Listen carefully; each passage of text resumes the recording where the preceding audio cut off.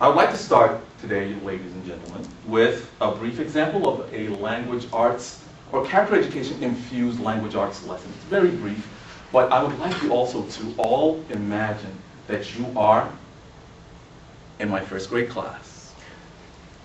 And you're first graders.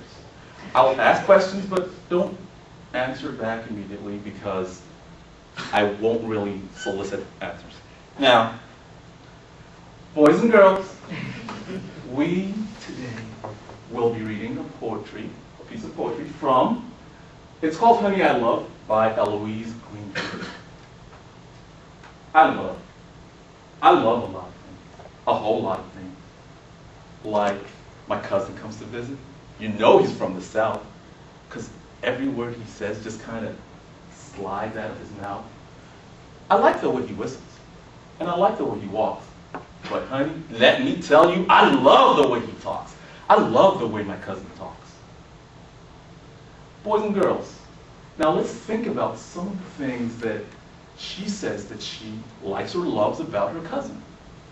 Yes, she likes the way he whistles, walks. Yes, she loves the way he talks.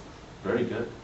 Now, let us think about how her cousin must treat her in order for her to like or love something about him. In a nice way? In a mean way? What do you think? Yes, in a nice way. Okay. Sweet way, gentle, kind, yes, respectful. These are very, very good suggestions. I love those. Now, let's think about this word respect. Do you think that you respecting someone, just look around and look at the person right beside you, do you think you showing them respect would let them like or love something about you? I think so. So, okay, I want you to go back to your desks, boys and girls, and write 2 sentences about one of your classmates and how you can show them respect. Thank you, boys and girls. Ladies and gentlemen, before I start with an explanation of or description of my capstone, I would like to start with a quote by Dr. Martin Luther King Jr. The function of education, therefore, is to teach one to think intensively and to think critically. But education which stops with efficiency may prove the greatest menace to society. The most dangerous criminal may be the man gifted with reason but with no morals. We must remember that intelligence is not enough. Intelligence plus character, that is the goal of true education.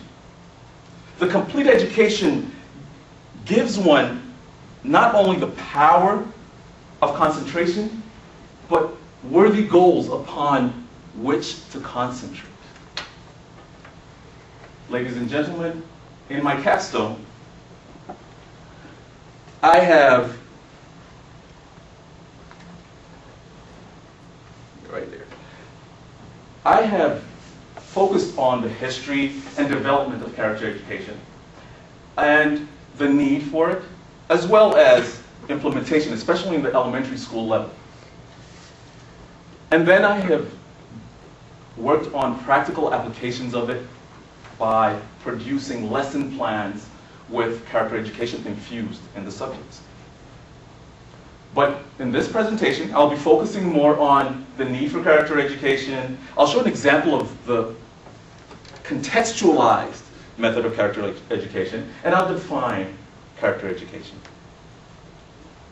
For my capstone, I integrated knowledge from different sciences, or different disciplines, amongst them psychology, sociology, philosophy, and of course the field of education. And I've used the bridging strategies that have been suggested by Miller and Boyce Mancia, called bridging the explanation action gap. For example, what I did was that I looked at these different disciplines and used them to try to understand the concept of character. And then, using the pedagogical tools that were given by education, I constructed lesson plans in order to bridge this explanation and put it to action. The methodologies that I used were mainly multidisciplinary literature search, and then I took the information that I got from my research and used them into the construction of my lesson plans. One of the findings of my research was that there are different definitions for character education. And what I did was that I took these different definitions that I found from these sources and I synthesized them.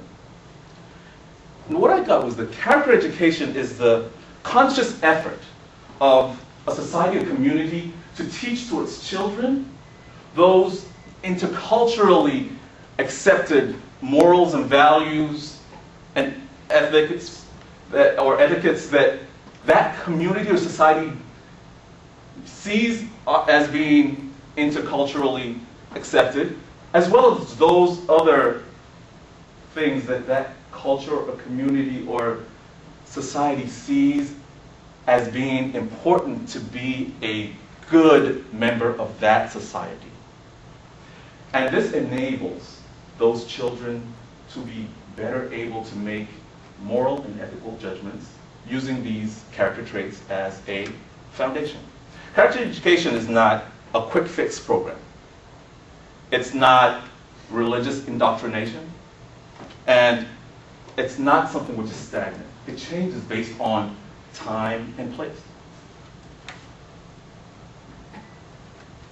One of the things I found in my report I found it in this was from the Howard County Police Department because I plan on teaching in Howard County.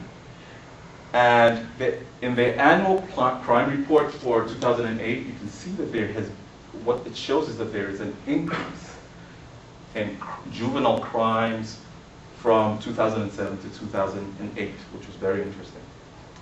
And another statistic, which also was very interesting to me, was something I found in the National Center for Health's website. And it shows that there is an increase in the number of single-parent families, which is interesting because coming from a single-parent family is a risk factor for poverty. And poverty is a risk factor for delinquency. So I found that quite interesting. There are different types of character education curricula. There's a standalone and contextualized. These are the main ones. And the standalone basically is that you teach character education in one class once a week, or twice a week, or once a month.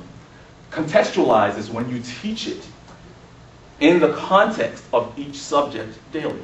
And I think this is important because not only should we expose children to these positive character traits, but also give them the chance to analyze it and practice it. This is why I suggest that the contextualized method is the best. Some of the key concepts which helped me, and theories which helped me in my research was, for example, Vygotsky's zone of proximal development, Gardner's theories of multiple intelligences, Super Harkness' developmental niche, and others, like moral theories from philosophers like Plato and Kant. What I then did was I created lesson plans which were in the subjects of math, language arts, science, social studies, and health. And I infused character traits of either courage or kindness within them. And then I was able to actually test them during the summer. What I would recommend is that future research should include in-depth, long-term, qualitative and quantitative studies, data collection and analyses from schools, especially those implementing character education in the curriculum, and to also study the methods of implementation.